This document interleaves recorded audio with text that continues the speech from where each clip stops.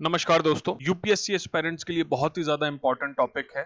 Last तक बने रहिएगा। क्वेश्चन और उन क्वेश्चंस के आंसर से रिलेटेड जितने भी कंटेंट और पॉइंट्स होंगे वो इस पूरे डिस्कशन में आएंगे। इस टॉपिक के आसपास कोई ना कोई मेंस में और प्री में क्वेश्चन आता ही है। टेरर या आतंक, ये जब शब्द मैं सुनता हूं तो हमारे दिमाग में, हम सबके दिमाग में केवल एक नाम उभर के आता है और वो है पाकिस्तान का।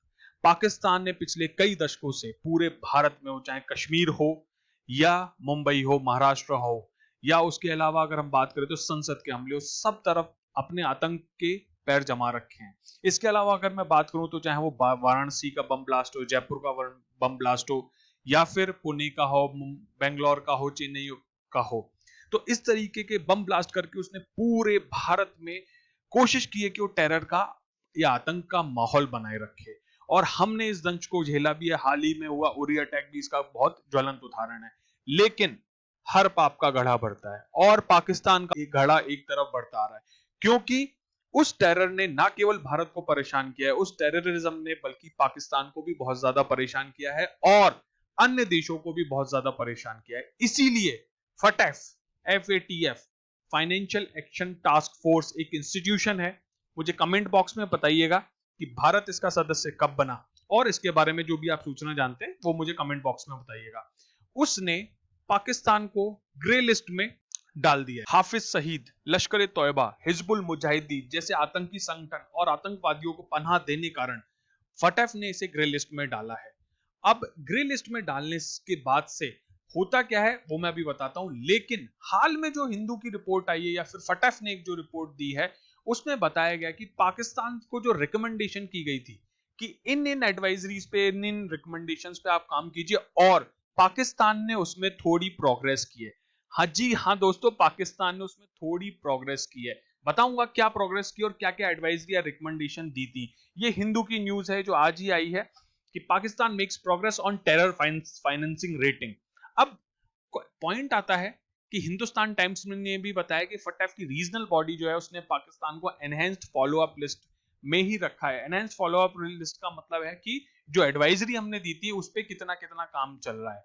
तो आइए देखते हैं कि क्या क्या काम है और जो एडवाइजरी बॉडी उसने क्या कहा।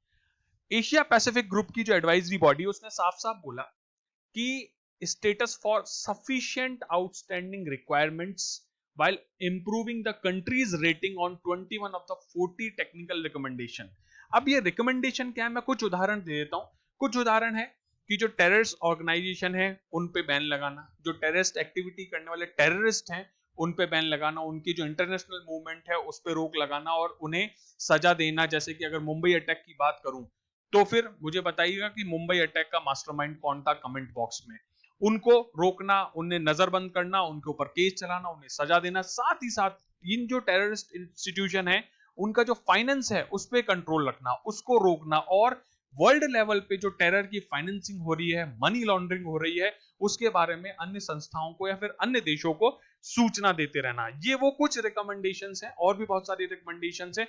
उनमें से पाकिस्तान ने कुछ में बेहतर काम किया है। 2018 में भारत के अथक प्रयासों के बाद और अमेरिका और जैसे वेस्टर्न कंट्रीज हैं उनकी एक्सेप्टेंस के बाद, चीन ने तो तब भी अड़ंगा लगाने की कोशिश की थी और चीन उसके बाद लगातार अड़ंगा लगाया जा रहा है, जिससे कि पाकिस्तान अभी तक ब्लैक लिस्ट में नहीं जा पाया है।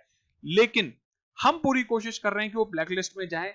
अब लेकिन पाकिस्तान के ऊपर प्रेशर आ गया है। किस चीज का प्रेशर आ गया है ये देखिए कि ग्रे लिस्ट में जाने से होता क्या है। इससे पहले मैं आपको बता दूं, जो टोटल 40 रिकमेंडेशन थी उनमें से 31 रिकमेंडेशन पे इसने काम किया है। अगर ये 40 की 40 रिकमेंडेशन पे टाइम रहते काम नहीं करता है तो उसे ब्लैक लिस्ट में डाल दिया जाएगा। ग्लोबल टेररिज्म इंडेक्स है 2020 का, उसमें पाकिस्तान की देखिए अब 7th रैंकिंग है। 7th रैंकिंग है विश्व के सभी देशों में, 7.54 उसका स्कोर है।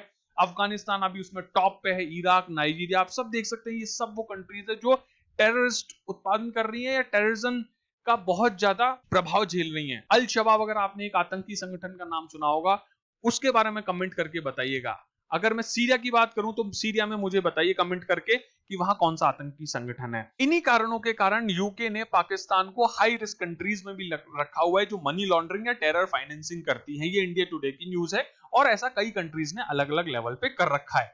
लेकिन यहां ये ध्यान रखने की चीज है कि ग्रे लिस्ट में होने से लाभ या हानि या दिक्कतें क्या होती है और क्यों पाकिस्तान फड़फड़ा रहा है और क्यों पाकिस्तान को ये रिकमेंडेशंस पे काम करना पड़ा, क्योंकि पहले तो उसने कभी काम नहीं किया।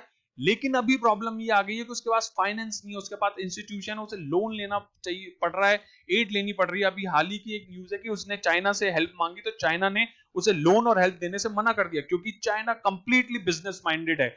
उसकी दोस्ती यारी से उसे कोई लेना देना नहीं है, उसके लिए उसका बिजनेस और उसका जो पावर है दैट इज मोर इंपॉर्टेंट। तो अब पाकिस्तान, अमेरिका ने भी एक तरह से पाकिस्तान का लगभग साथ छोड़ रखा है, बैक एंड से काम हो रहा है, लेकिन फिर भी दिखाने के लिए उसने उसको फाइनेंस करना बंद कर रखा है। तो इन सारे प्रेशर्स के कारण, इन सभी चैलेंजेस के कारण पाकिस्तान को इस रिकमेंडेशन पे काम करना पड़ रहा है। अगर वो रिकमेंडेशन पे काम नहीं करता है तो उसकी इंटरनेशनल बॉडी, चाहे वो आईएमएफ हो, वर्ल्ड बैंक हो या अदर इंस्टीट्यूशंस हो, उनके साथ उसे पैसा नहीं मिलेगा। कि दोस्तों यूपीएससी वालों के लिए 3-4 क्वेश्चन मैं डाल रहा हूं उसमें कि what is the mandate of and targets of financial action task force discuss. It's very simple, straight forward question.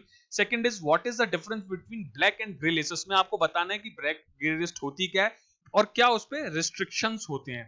Third is important, critically analyse the role and effectiveness of FATF in combating the financing of terrorism.